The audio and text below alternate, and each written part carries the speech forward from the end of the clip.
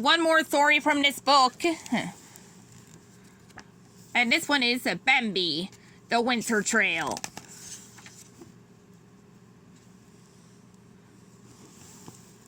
One winter morning, Bambi the young deer was dozing in the thicket when he heard a thumping sound nearby. "Come on, Bambi," his bunny friend Thumper cried. "It's a perfect day for playing." Bambi got up slowly and followed Thumper through the forest. It was a beautiful day. The sky was blue and sunny, and the ground was covered in a blanket of new snow. Icicles glistened on the trees. "Look at these tracks," Thumper said excitedly. He pointed to a line of footprints in the snow. "I saw them on the way over. Who do you suppose they belong to?" Bambi couldn't guess, so they decided to follow the trail. They pranced and hopped through the snow. Before long, they came to the tree and saw someone who might have left the tracks. "Wake up, friend owl," called Thumper.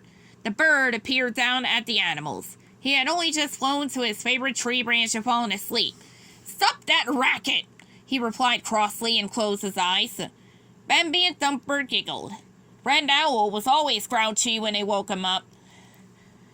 "Friend Owl, have you been out walking?" Bambi asked.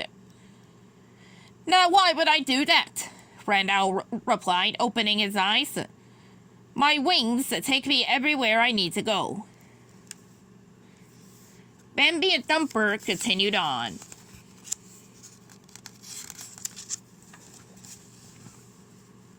Soon, they met up with Bambi's friend, Faline. "You can help us find out who made these tracks," said Bambi, pointing to the trail. Thumper dumped his foot impatiently. He wanted to keep going. Faline nodded and began to walk with them. Thumper hopped ahead quickly. Maybe their friend Flower the skunk wanted to come too. But Flower was hibernating. Thumper's mama had told him that meant the skunk would be sleeping all winter long. Then Thumper tried to wake Flower. The little skunk had just mumbled, "See you next spring," without even opening his eyes.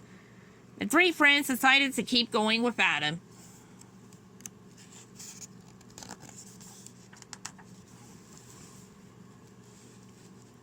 Thumper bounded ahead. Now he followed the footprints to a frozen pond and glided across. "Come on," he called. "There are tracks over here, too." So Faline and Bambi started to cross the pond. Before long, Faline had joined Thumper on the other side, but Bambi wasn't a very good skater. His legs went out from under him, and he fell on the ice. "Aw, Bambi, come on," Thumper urged. "We can go skating later. I'll even show you how to spin around." After a lot of slipping and sliding, Bambi finally took a running start and sped across the pond on his belly.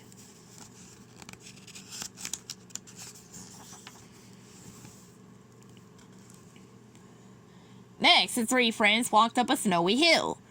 At the top, they spotted a raccoon sitting next to a tree trunk, eating some red berries. "Hello, Mr. Raccoon," Faline said. "Did you happen to see who made these tracks in the snow?" But the raccoon's mouth was so full he couldn't say anything. He shook his head and began tapping the tree. The friends looked around. Then they heard a tap, tap, tap in the distance. "I know," Thumper cried. "He thinks we should ask the woodpeckers." "Oh, thank you," Bambi said. The raccoon waved goodbye as the friends headed toward a row of pine trees. So the tapping got louder and louder. Soon, Bambi, Faline, and Thumper had found the woodpeckers.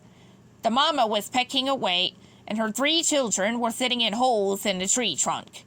They stuck their heads out when they heard Thumper cry, "Hello!" The mama bird stopped her pecking. "Yes?" she asked. "Well, you see," Bambi began shyly, "we were wondering, that is, we're looking for—" "Oh, for Pete's sake," Thumper interrupted. "Did you make the tracks in the snow?" he called up to the birds. "No, we've been here all day," the mama bird answered. "Yes, yes, yes," her babies added. Just then Faline noticed that the trail continued. "Thank you," she called to the birds.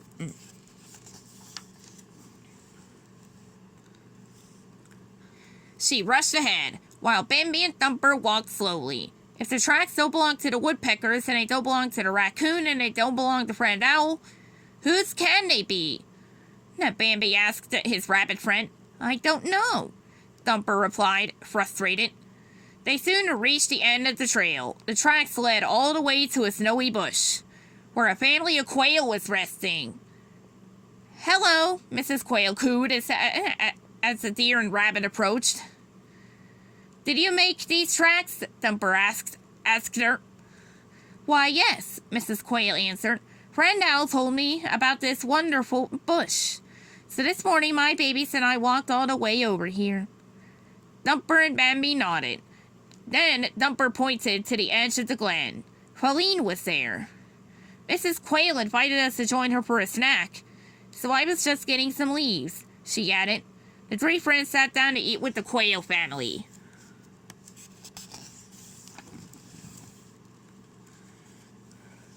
But the sun was getting low when the friends had to get home. They spent all day following the trail. When they returned to leave, a big surprise was waiting for them. Their mothers. Bambi bounded over to his mother and stretched his nose up for a kiss. We've been looking for you, she told him tenderly. Thumper was surprised. How'd you find us? He asked.